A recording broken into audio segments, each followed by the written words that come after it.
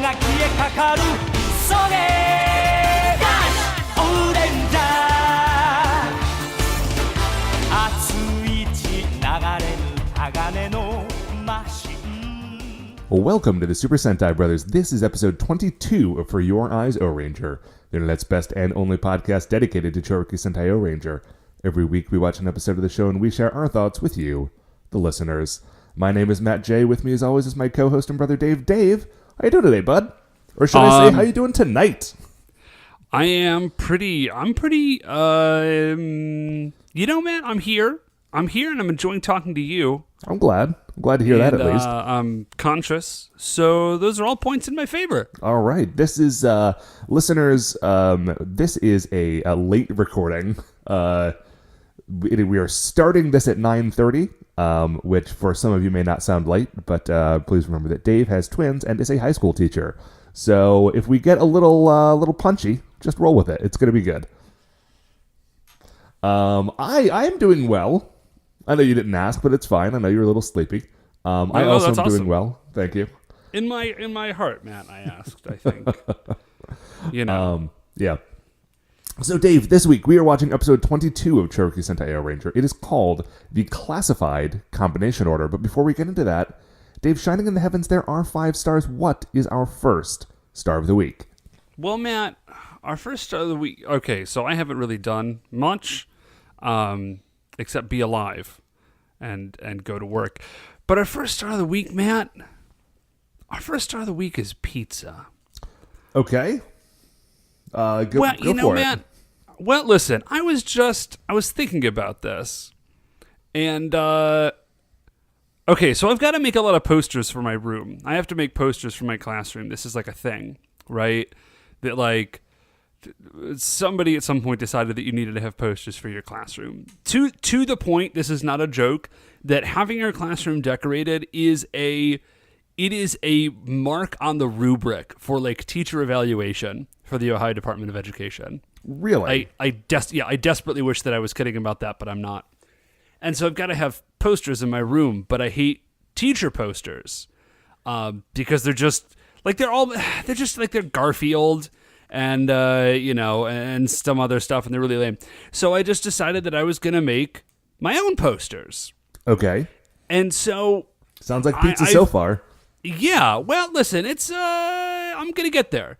So I've been thinking about these posters, and I said, what messages would I want my students to be sort of like meditating on as they are, what's my version of the hang in there poster? Sure, Friday's right? coming. Yeah, Friday's hang in there. What's my version of that poster? And so I really like the Stoic philosopher Marcus Aurelius. Sure. Yeah, and so I think we've all read his Meditations. Yeah, and so I've been sort of like using those as inspirations to create some posters. Okay. Mm-hmm.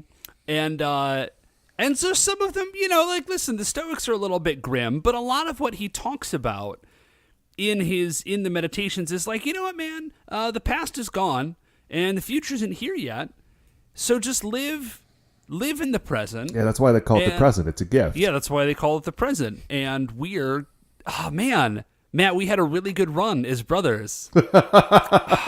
So, man, that's a real bummer. All right, well, Dave, we started. We've already started recording. Guys. We already started recording this episode. At least let's see this one through the end and see if I can't salvage this.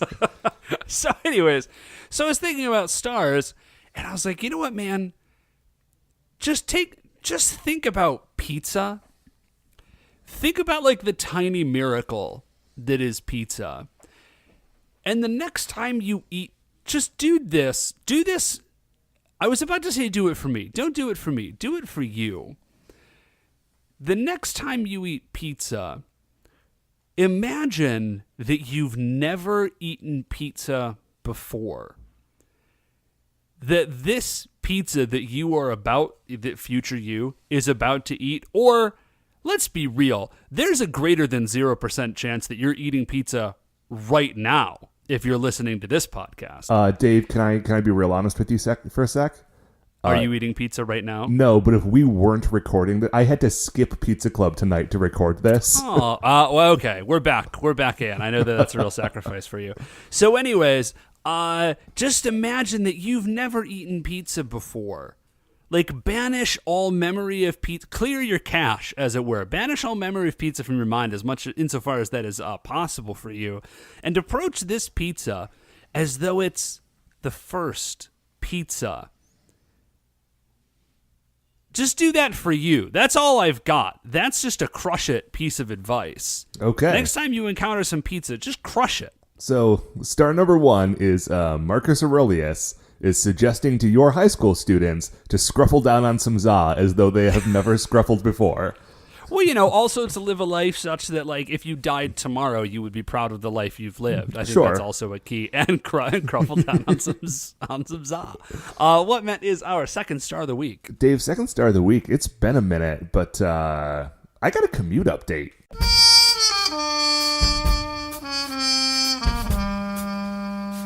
Commute update.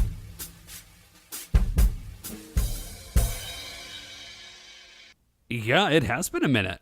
Yeah, so, okay, here is the update on my commute. There has been, as always in the city of Cleveland and surrounding area, there has been a mad amount of construction sort of in all stages of my commute for, I don't know, the entire 2.5 years I've worked at my current job. Mm-hmm. Yeah, no, yes. Uh-huh. And so there's a new bit that really caught me by surprise. Which is that cool. Yeah, so and this actually is not the worst part of the current commute sitch. The worst part is that the bridge on the shoreway going over the Cuyahoga River is currently down to 1 lane in either direction. Ooh. Yeah, but, I mean, the good thing is that they are like shoring up the supports of the bridge so it doesn't just fall over one of these days. So ultimately, I'm not that mad at it. That's cool. Oh, Matt, you should probably tell people how many lanes it normally is. Oh, normally it's 3 in each direction. So that's we are down to 1/3 total capacity. It's very good. But there is another bridge, Dave. There's an overpass that goes over 71. Sort of south of the city. I'm sorry, 77, sort of south of the city. It doesn't really matter, but it's true. I know the one you're talking about, I think. It's sort of right next to that big, like, factory or foundry thing that always has fire belching out of that one particular I love that thing. That thing's super cool. Okay, so there is a overpass there, or should I say there used to be, because it's gone now. They took it down. It's just, what? I don't think it was a road overpass. I think it was like a train overpass. But here is what happens. When you take the same route to work every day for like 2.5 years, and then all of a sudden one of the underpasses that you used to drive through, kind of when 2 roads are coming together, is suddenly gone. Like every day, and it has been a few weeks, every day when I am driving to work, I get to the point where I ought to have driven under it by then. And I'm like, wait a second, I have somehow missed my exit. I don't know where I am anymore because this bridge is not here. And it's just that the bridge isn't there anymore and never will be again. It is like every morning a new weird challenge to try to gauge whether or not I'm actually on the right road and how much further it is for me to get to work because like all my visual cues have been thrown off. That's, that is weird. Yeah, I mean that's it. That's my commute update, Dave. Also today I saw a license plate that said Dad Fair, and I wasn't sure if it was talking about like a father who is just and kind, or if it is a thing down at the local convention center where you can go to pick up a new dad. Or if it could be a fair for dads. It could be a fair for dads, like just maybe a carnival only for pops.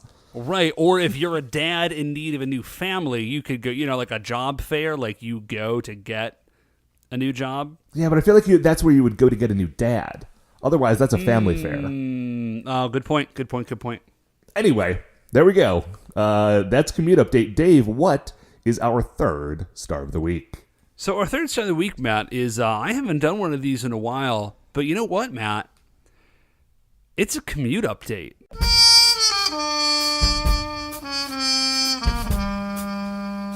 Commute update.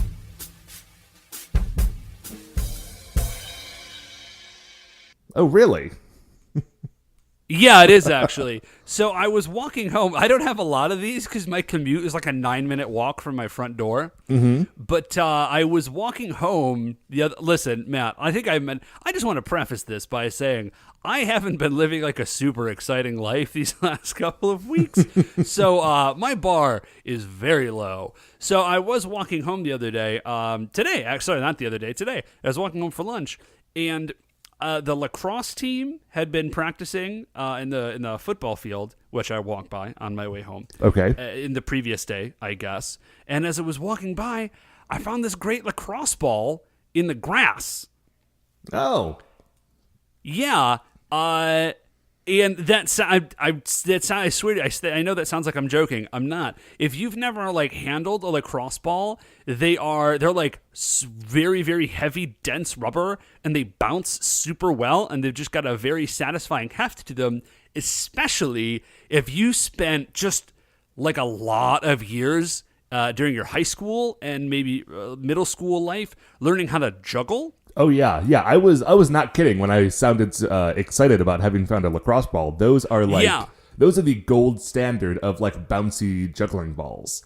Yeah, and especially as Matt just said, if you want to bounce juggle, and bounce juggling it's like a reverse juggling where instead of throwing things up in the air and catching them, you throw them at the ground and they bounce up and you're still catching them, I guess. Check out a guy named Michael Moschen, Moschen. He is mind-blowingly good at. He sort of invented bounce juggling in many ways, and he's incredible, and he uses lacrosse balls. So I found this great lacrosse ball, and now I just have one, and I was kind of bouncing it to myself on the way home, and it's just got a real satisfying heft. Low bar. It's a low bar for stars these days, still, man. Listen, we got to do 5 of these a week, man. any port in the storm. What, Matt, is our 4th star of the week? Dave, our 4th star of the week is that the reason that we are sort of recording off schedule right now is that over last week, at the end of last week, I, for a couple of days, had to leave town. I had to travel for work to the city of Indianapolis. Dave, I don't think I've ever been to Indianapolis. Well, neither had I. And because it is in the state of Indiana, and I have driven through the state of Indiana before, my immediate thought on learning that I was going to be going to Indianapolis was like, oh no, how dare they do this to me? What shall become of me? Yeah, listen, I think I've driven through Indiana like a time. But I don't know anything about Indianapolis aside from the car race, which does make me inclined not to go there. The Indianapolis 500, I think, is coming up pretty shortly because they're in. Maybe this is just what their city is like all the time, but there was a lot of just like stuff around like commemorating it. But actually, it turns out it's not a huge city, but Indianapolis is kind of nice. Cool. I mean, it's the capital. I think probably a lot of people would say that about Cleveland. So yeah, but those people shouldn't be surprised because Cleveland is great. Yeah, Cleveland rules. No, see what I should do is, knowing that Cleveland is a good city in an otherwise boring state, give other cities like the benefit of the doubt. But I almost never do, and I find that keeping that bar low has actually served me pretty well. Because when I get to places and they turn out to actually be nice, I'm like, oh right, other like people live here on purpose. Right. Yeah, listen, man, I think that's the key to a lot of happiness in life. It's like, don't set your bar high for the wrong stuff. Like, set your bar high for some stuff, but keep it real low for other stuff. Exceed those low expectations. Exceed those. Right. If you're going to travel to Indianapolis, just expect it to be super lame, and then it turns out it's nice. Do that thing. I did go to, I was there for 2 nights, and both of those nights I went to the oldest bar in Indiana. It is called, and Dave, I promise you I'm not making this up, the bar is called The Slippery Noodle. It was okay, sure. It was down the street from where I was staying, sort of down by, it was just like the middle of downtown. And like I said, I was there for 2 nights. Both nights, we ran into like the same guy who was also from Cleveland who was in town. And then the second night we went there... Wait, hold up. Was he in town for the same reason you were? Because that would at least make some sense. No, he was in town for a completely different reason. I don't actually remember what that reason was. He gave me his card, and then I immediately lost it and forgot about it. But he was a nice guy. But it was the same guy 2 nights in a row. And then the second night, we had gone out to dinner. Me and my coworker, we had gone out to dinner, and then we went to the Slippery Noodle again, and we ran into our waiter there, like our waiter from dinner the night earlier that day.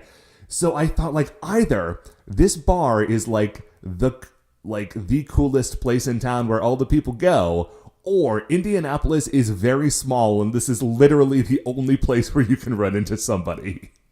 I feel like it was maybe halfway in between those two things. I think either one works. I do prefer the version in which the oldest bar in Indiana is also the coolest bar in Indiana. Well, I wouldn't necessarily call it a cool bar, but it was very comfortable. I didn't say cool. I said coolest. And yeah, that was it. That was Indianapolis. It was a non-eventful, but a lot more pleasant than it could have been day. Food was actually very good in that city. Nice. A lot of seafood. That's a big town. plus. Big plus for me anytime there's good food in a city. Yeah. Well, Matt, the pleasant and welcoming city, apparently, of Indianapolis aside, what is the 5th star of the week? Well, Dave, it's related because, as I said, I was doing a bit of traveling, and the guy with whom I was traveling, my coworker, he has, because he is like semi-active in the National Guard, he has like TSA pre-check. Oh, and since cool. our tickets were purchased together, when we checked, like when I went to go like get my boarding passes, I also had TSA pre-check. And Dave, I had never traveled with the pre-check before, and it is so nice. Is this like getting the advanced Hulu where there's no commercials? It is exactly like that. Like, I was going to say, it feels like it's probably pretty similar. Like, you still have to go through security, but there's like a separate line, and there are a lot fewer people there, and you don't have to take off your shoes and your belt. And it's just like you sort of breeze through, and it felt it was probably still more security than there was on planes like when we were kids, but it just felt like it didn't feel dehumanizing. Which was such a pleasant surprise to go to an airport how pleasant. And feel like a civilized member of society for the entire time. Yeah, it was really good. And then, as I said, the guy was in the National Guard, so he had access to us go sitting in like the USO lounge area. Oh, I've heard very good things about this lounge. Yes. So I've never been to like a frequent flyers like Delta Medallion Club lounge, but I imagine that they're pretty similar. Like there are comfortable chairs and there's just like snacks sitting around and places to plug stuff in. And just like it is a quiet place that is, again, like it is a humanizing place in a otherwise dehumanizing area, which was really nice. Now here is where being a guest in the USO lounge is different from like being a guest in probably a frequent flyer miles lounge. Ooh, I have a guess. Is it very uncomfortable for you? It wasn't very uncomfortable for most of it, but at one point, like, two just like active service people rolled in and they were wearing fatigues, and I was just like sitting in one of their comfortable chairs, like kinda eating a granola bar that was theirs. I mean, like I could have it because I was there, and the guy I was with said like, oh yeah, like grab some snacks or whatever. But as soon as those other people walked in uniform, and I was just like sitting in an easy chair, like scarfing down some like military snacks, I was like, yeah, oh, that's no. where I thought this was gonna go. I gotta get out of here. Like this is not my place. And like I don't know if they. Okay, never mind. I know that like they, on a moment of looking at me, is like that dude is a guest here.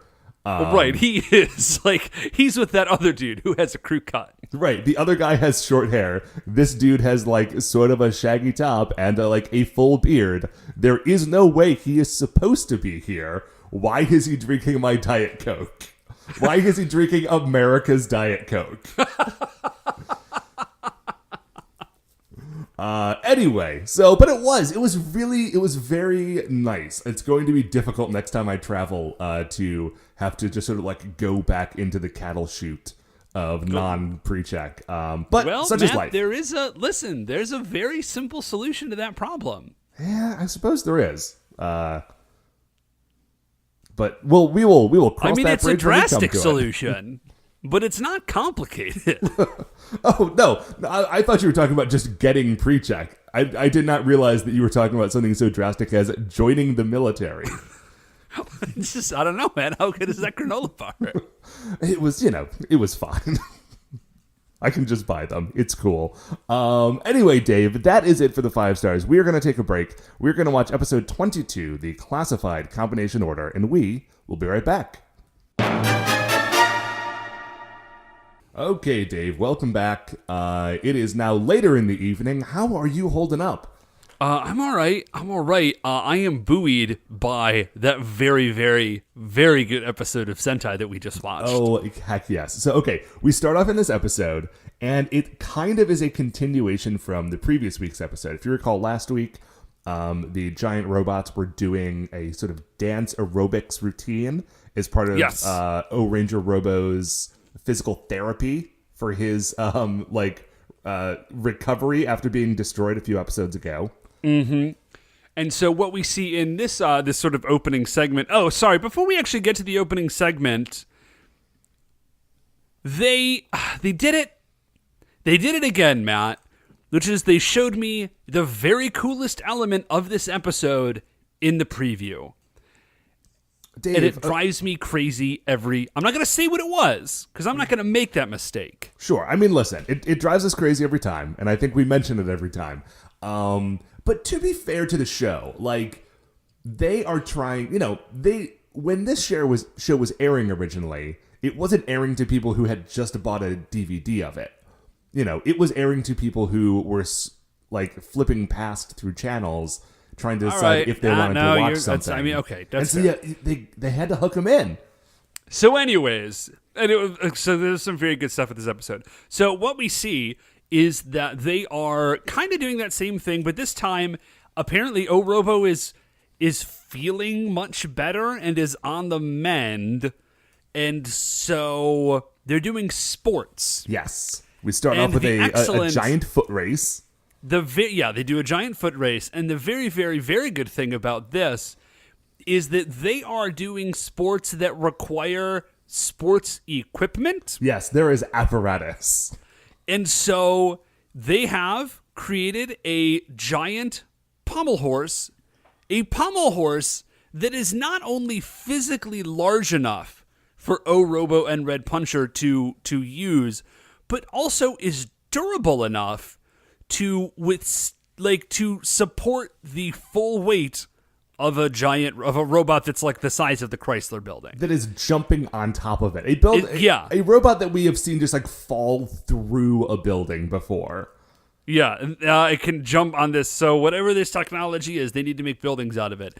They also are playing basketball. Yes, which means that they have constructed a stories tall basketball hoop. This basketball is like the size of a house, and it's very clearly a an air-filled basketball. Yes. And so it's I just don't know. I don't know where and a basketball hoop. They create a basketball hoop for them to play with. Here's another amazing thing is that we see Red Puncher, and Red Puncher is like he's like shooting baskets and stuff. But here's the incredible thing. The Red Puncher, he only has fists. Right, his hands are not like articulated. They do not open. His hands are only for punching. It's in the name. So he's grabbing this basketball, and he is holding it like, if you've ever seen like a cat try to grab something, it's doing that because it doesn't have fingers and opposable thumbs. It just has giant punching fists. So what I love about this whole sequence is that like clearly like the people in these suits are just like person sized, and these robot suits are, like slightly larger than a regular person. In reality. Way to peel back the veil, Matt. But yes, they are in fact humans in robot suits. So like when they do stuff like this, the props that they've given them are just regular props. Like, this is just a basketball hoop and a basketball but they're in the sort of outdoor set where they're standing next to like miniature mountains and so forth. But like there's a bit with a soccer ball and a bit with a basketball. And so while the props guy was just like, oh yeah, you're doing soccer, here's the soccer ball. You're doing basketball, here's the basketball. Like, in the fiction of the show, to do all of this stuff, they're like, well, Ohranger Robo needs to practice basketball and soccer. So we're going to make not one type, but two separate giant balls. We couldn't just use the same. Well, listen, man, they're stitched together different. They look very, very different. So, obvious you need two house-sized inflatable balls for your giant. Yeah. For your giant punching robot. If there's something we're going to discover very shortly, we are told by Bacchus Wrath, like in one of the very next scenes, that there's a certain beauty and perfection to the ball shape. There is. We're going to get there. And so we see a couple of the things is they do, Robo is doing some like punching practice. They did create some giant, like boxing trainer, like padded glove mitt things. Yeah, we had those a few Red episodes Puncher. ago, actually. Yeah, and then they say, Goro says like, okay, now you try Crown Final Crash. Like, can you do it? And so they activate Crown Final Crash and they cut a small mountain in half. Using Crown Final Crash. And he's like, okay, cool. Like, you're good. Like, that's it. That demonstrates that you are back to fighting strength, Robo. Yes. And just in time, because they are about to be attacked by a giant rolling spiky ball. What the... Sorry, Matt. I'm sorry. I'm reading my notes as we're, like, going through the episode. And so I was watching the episode when, of course, the babies were around. And so I can't use my computer because they're fascinated by it. And they just want to touch it, which is a problem, because it messes things up. But also it has a touch screen, right? Oh, right. Yeah. Yeah. And so I just had to take notes on my phone, like using voice to text into like Google Note.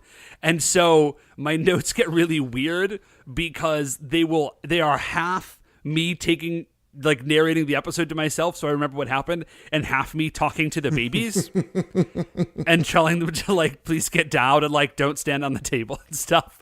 So this just says, explosion, sorry sweetie, the city is attacked Red Puncher. I used to have not that problem, but the problem I used to have sometimes when we were recording the episodes, when we were talking about Ohranger, is that one of the characters in that show has a name that is phonetically similar to something that will trigger something on the iPhone, which is to say, here, let me see if it's going to do it now. Surihime.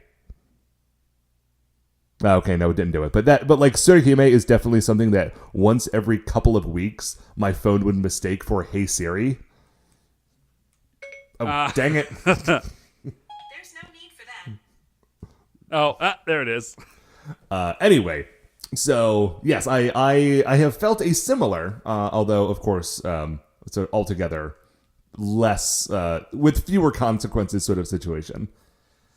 Anyway, where were we? They're being attacked by a giant spiky ball. Oh, yeah. They're being attacked. So there's explosions in the city, and Red Puncher arrives. They sort of launch. So I'm not sure how much time is passing because Red Puncher does get launched out of the cannon to fight this thing.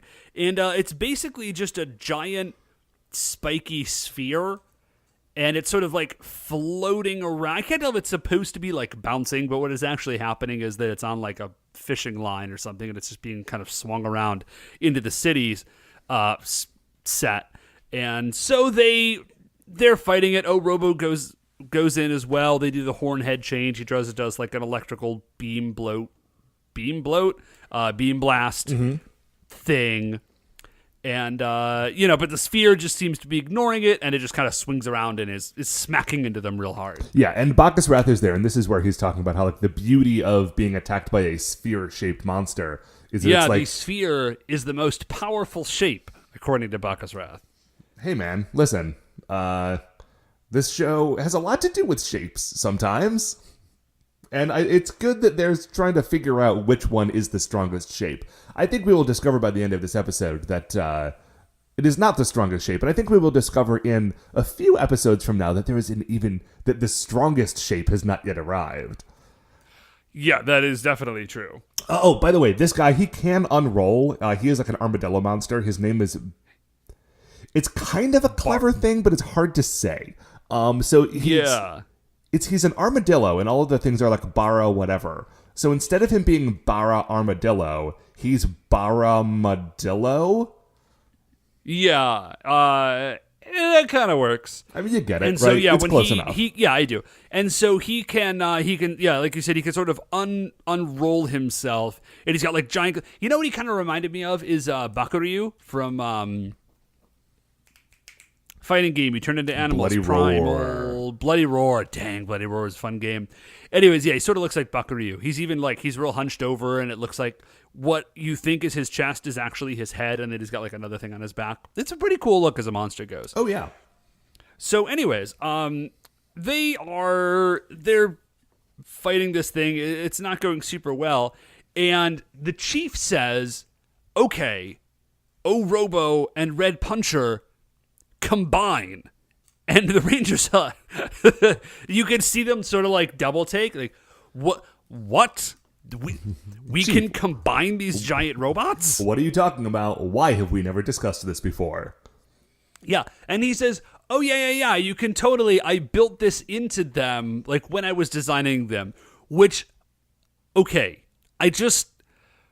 Red Puncher was designed and basically completed way before he ever even started designing Orobo, and then Red Puncher, like the chief, decided that Red Puncher was too crazy and erratic and couldn't be reasonably piloted.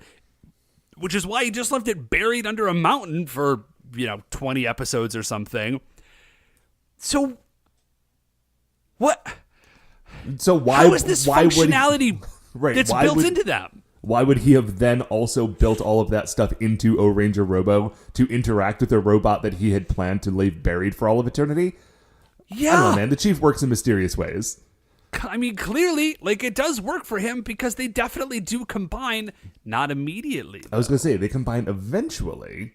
Yeah. So he says, run program number 507, and that will automatically start the combination sequence. Yeah, and this is the artillery combination. That's what this is. Yes, and the Rangers are like, well, okay, that sounds amazing. And Bacchus Roth is like, oh boy, we were not expecting this. So they go to combine, and what it is like they do like a big like forearm bash, like the Bash Brothers, right? And then they kind of go back to back, and they start to combine, and then there's like a big electrical storm, and they are sort of flung apart. It doesn't work. Or something is wrong. Like they can't do it. They can't combine power. Yeah, and so they say, okay, well, we need to run away from this thing because we can't beat it separately, and we can't combine right now, so we'll go. So they withdraw, and then Bacchus Roth says, is it Acha or Kocha?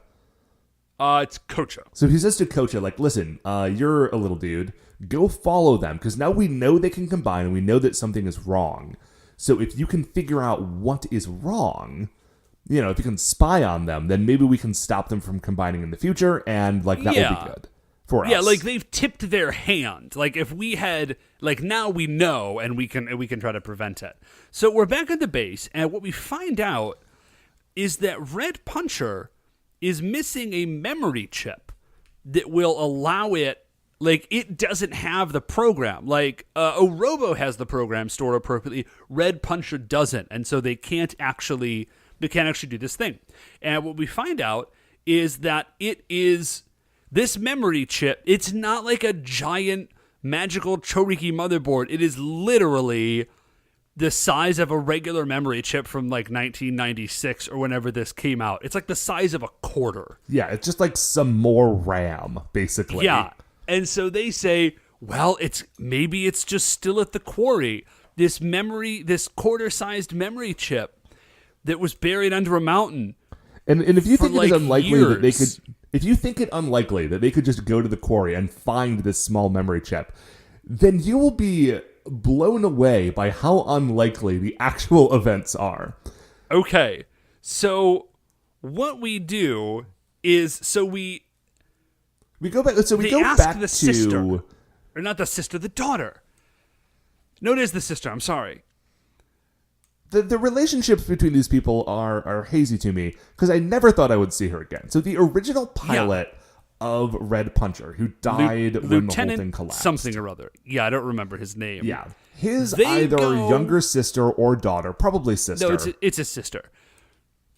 They go to his sister and they say, "Hey, do you remember seeing anything? Like, do you happen to remember seeing this very, very, very small thing in this giant quarry that is filled with things that are basically the same color? Oh, and it was probably buried under a mountain. Did you happen to have seen that?" And she, of course, says, "Oh, yeah, of course. Yeah. I've totally seen it." So we that get, thing? We get a flashback, and Yeah, I definitely know where that is. and she goes back. In her flashback, she was visiting her brother's grave and laying down some flowers, and a small boy walks up to a spot not 20 feet from where she's standing and says, "Oh, look, check this out. This is a memory chip. It's the most advanced memory chip I've ever seen. I've got to try this thing out," and then just picks it up and walks away. So we cut back to the present, and the sister is like, "Oh, yeah, that was probably it, that kid." Yeah, that kid that I, as far as we know, have never seen before and will have never seen again. And okay, they actually do something for us here, because Goro says, "All right, we'll just check the park registry for that day, and that will tell us everyone who visited the quarry park." So at the very least, they do give us some explanation as to how they figure out of like all of Tokyo who this one kid is. I do just want to read you my notes real quickly, Matt. And they just say, "They are asking the sister, of all people, if she knows where the memory chip is. It is the size of a quarter in an entire rock quarry, and we know for a fact that it was, oh, never mind, she has it." Okay, so anyways, we go, and the kid's name is Satoru, okay? Yes. Now, Which my phone picked up as Santoro. Not sure why, but sure.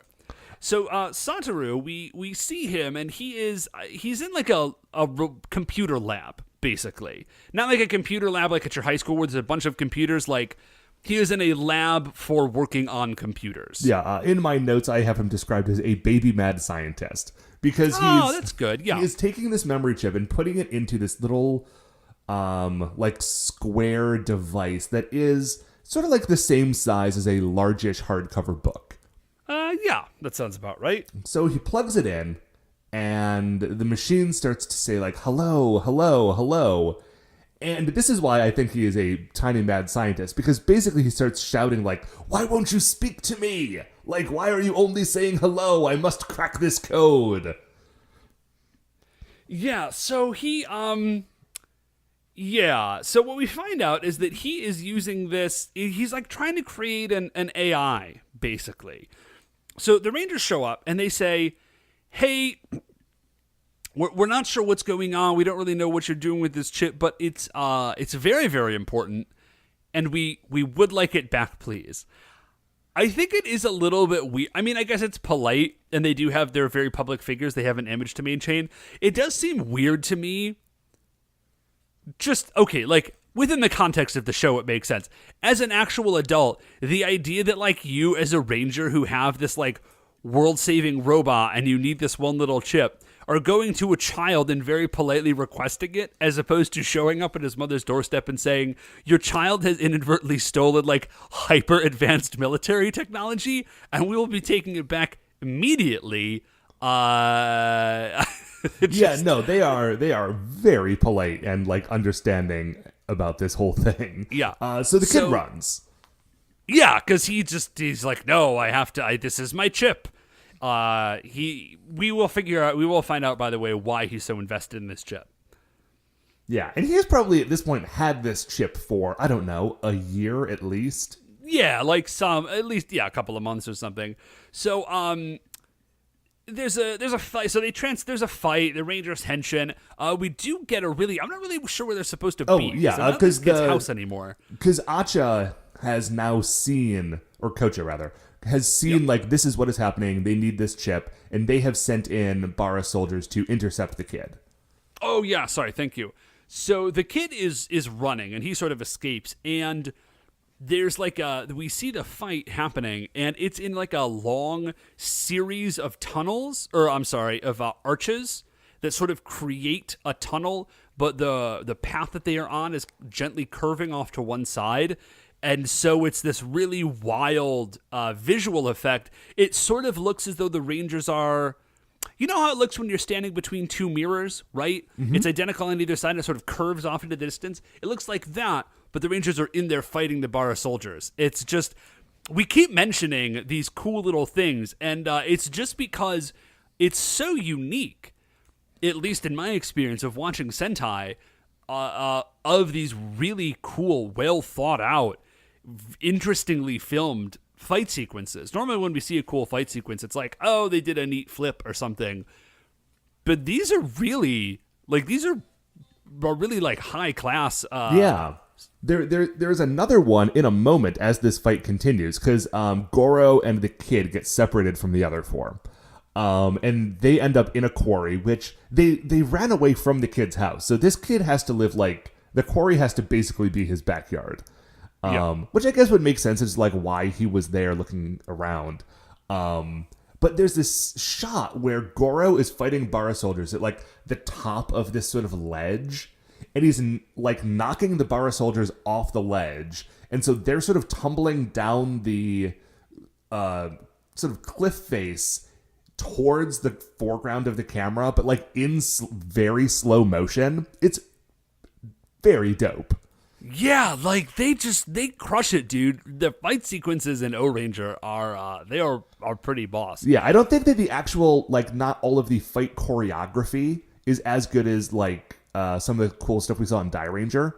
Although some of it is very good. You're correct about that. Yeah, but the cinematography I really dig. So they're fighting for a little while, and they manage to sort of escape. They at least get a breather, basically. And so Goro turns to this kid. He's like, "Listen, I get it. Like, you think this thing is super cool, and it is, but like we do really need it. It's very, very important." And now we find out why this kid is so unwilling to part with this memory chip. It's flashback time. It's flashback time again. So we flash back to the kid's father's deathbed. It's so pure and perfect. Because it's very significant to the kid, right? But in the course of this episode, it is pure exposition and really harebrained exposition. So the kid's dad is lying on his deathbed. He's sick or something. We don't get to find out, and frankly, it doesn't matter. He is holding this device that the kid has been tinkering with. Yes. He says, "Son, this is my greatest invention, like a robot that can talk to you. But here's the problem. It won't work because although the device has been designed properly, there's not enough memory. It doesn't have enough memory. If only I could have a more advanced memory chip, I could give this gift to the world of a talking box." Then he dies. And so his dying words were, "If only I had a more powerful memory chip." And so the kid, he's that was my dad's dying wish. You can't have the chip back. I'm sorry. Yeah, so very briefly, we have seen the inside of this box, right? And it's not like there's a space for the memory chip to go, and there's a set number of pins for the memory chip to plug into. It is designed for a 16-pin memory chip. So he wasn't someday I will have there will be a cable and I'll be able to plug it into this prototype. He's only created one specific spot in this dimension where this memory chip can go.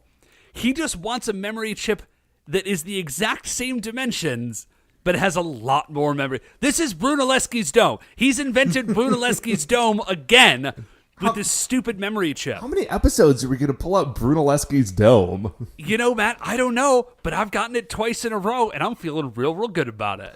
So anyways, he says, like, listen, you just can't. You can't have it. It's my dad's dying wish to have this memory chip.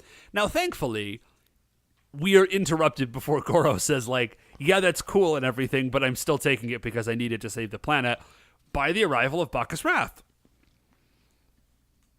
Yeah, so they have to sort of like run away from him. And also at this point, the other Rangers have started to fight Baramadillo. Baramadillo has come back, and he is giant.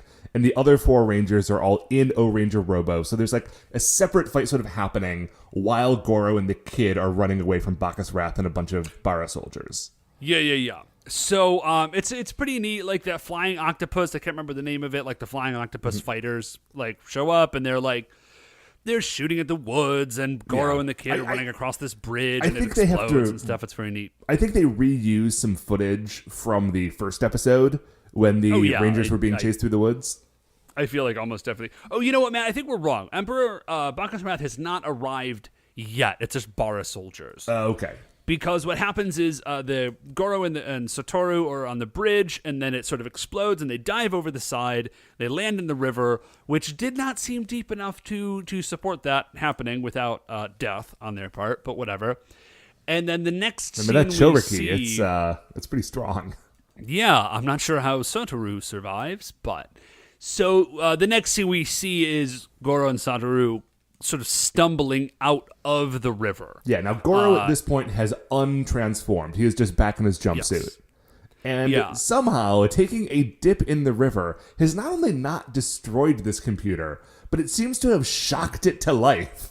Yeah, something is happening, and it's talking, and what we hear it saying is it's activating the transformation sequence for Red Puncher to combine with Orobo. Yeah, so as it turns out, what is on this memory chip? It's not even the whole program, which leads me to think that this memory chip isn't actually that big.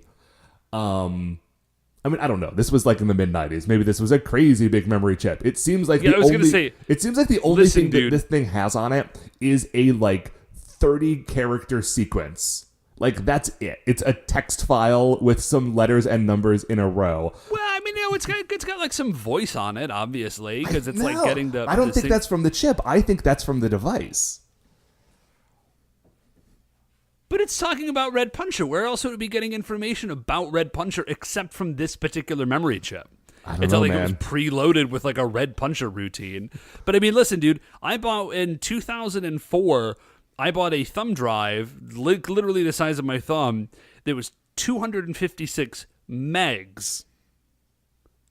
That's 256 megs, Matt. I just bought a chip for my phone that is literally a chip. It's like the size of my pinky nail, and it's 10 gigs or something stupid. I forget. It's a lot of gigs for something that's the size of my fingernail.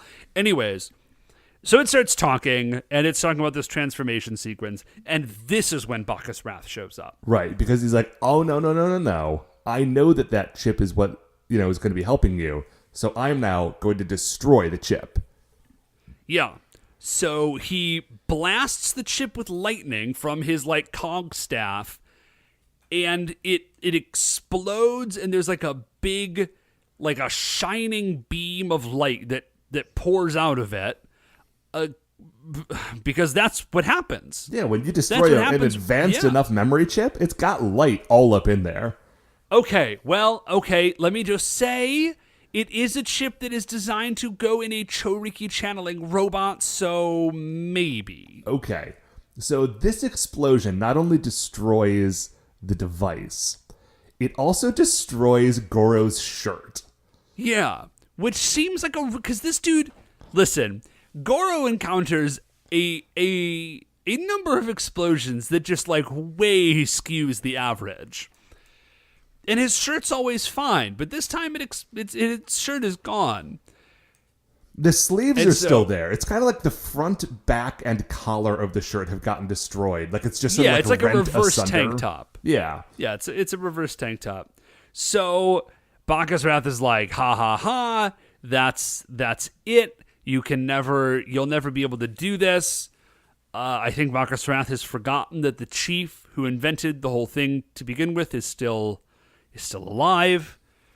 I really don't know why they felt like they needed to recover this particular memory chip. It seems like the chief, upon realizing the problem, could have just made a new one. Hey, man. But apparently he couldn't. Yeah. And now they are This doomed. is Chekhov's memory chip.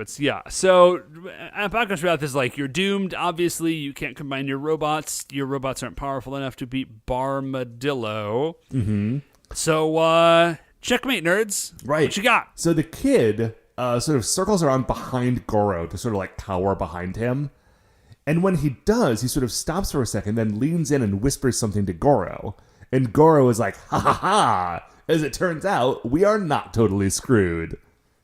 In the most insane way possible. Because what has happened is that in the flash of explosion and light, the 30-string sequence of numbers has become seared onto Goro's back. Yeah, because it was in the middle of saying it out loud, so when it exploded, like, instead of saying it, it started zapping it, and it just, like, wrote it in, like, burn marks on his back, which really just looks like somebody took a stencil and, like... I was going to say, it's temporary tattoos is what it is. And so Goro says another insane thing. He says, Chief, look at this. And then we see the chief in the headquarters in the at base, his desk, watching effectively the footage that we just saw. And he's like, oh, cool. He just starts punching in the numbers into a computer. He writes them down first. He does write them down in like a notebook first, just to be clear. And we didn't see a camera. No. At the thing. Dude, Chief's got eyes everywhere. He must have eyes everywhere. And so he writes it down, and then he like uploads it to Red Puncher, basically. And then that's enough. All it really needed was like the password, and now they have unlocked the combination program. Yeah, and so, which is good. It's a good thing it was just in time because Robo was doing very poorly in this fight. So what it is that this is what was the name of it, Matt? Oh, the Buster Ohranger Robo? Yes, Buster Ohranger Robo. So Red Puncher arrives, and Red Puncher does his sort of standard opening moveset. He does like Magna Puncher, where he gets launched out of the cannon, and then he does like Gatling Fists, I think is what they're called. So he sort of softens up Barmadillo. Yeah, but like none of it really seems to be doing much good. Yeah, and then they combine, and it's super cool. Okay, so the way that this combination works is they go sort of like back to back, and then they sort of like their backs fuse together, kind of. And Red Puncher's arms sort of like flip up back over its own head and over Ohranger Robo's shoulders until they are sort of sticking from, if you were looking straight at the Ohranger Robo side, these two arms are sort of like big cannons that are mounted on the shoulders. Yeah, and then we see that like Red Puncher, like the back of his head sort of detaches and becomes like a new helmet for O-Robo. Yes. And then they just are like giant energy Gatling cannons mounted on O-Robo's shoulders. It's amazing. They just blast the bejesus out of Barmadillo. Yeah, and like that's it. Like this dude is toast.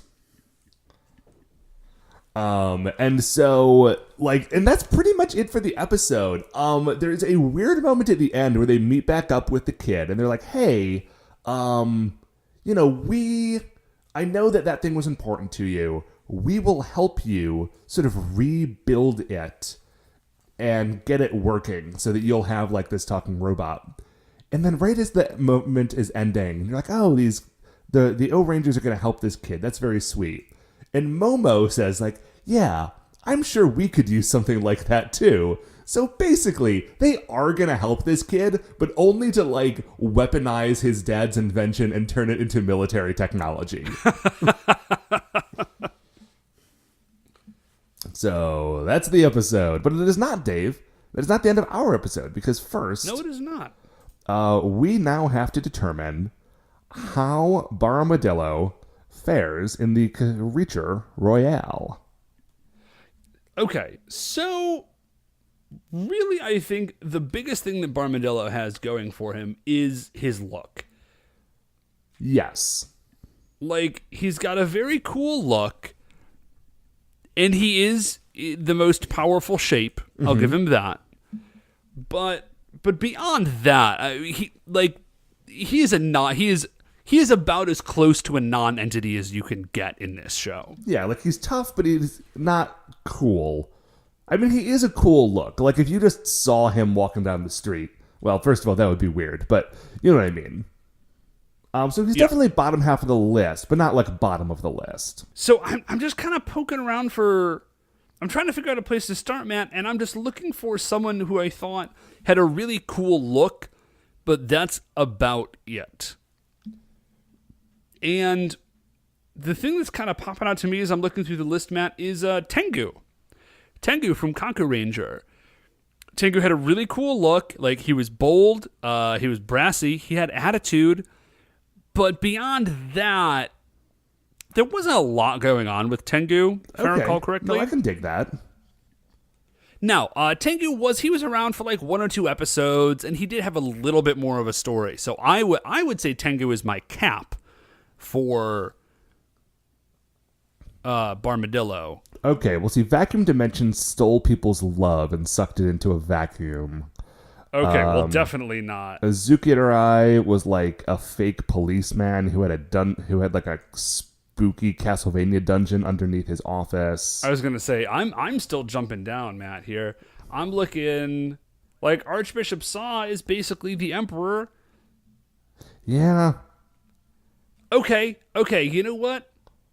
I like him better than Bara Baby. That's for sure.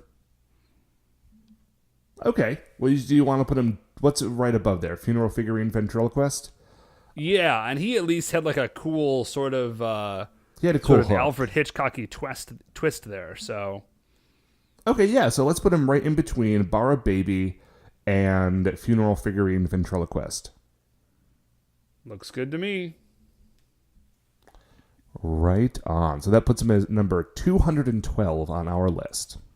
Our master list, which is getting kind of long. Yeah, it definitely is. And that is going to do it for our episode, Matt. Yes, Dave. That is going to do it for another episode of For Your Eyes, Ohranger. Before we finish up here, I'd like to remind you all that you can email the show at supersentaibrothers@gmail.com. You want to get any updates on future episodes? Check out the things we're talking about on Twitter. We are at Super Sentai Bros. If you like the show, please remember that shining in the iTunes review section, there are 5 stars. Rate, review, subscribe on Apple Podcasts or wherever it is that you find the show. That's what's going to help new people find it themselves. And it'll make me feel good. So, throw me a bone here, bud. Come on.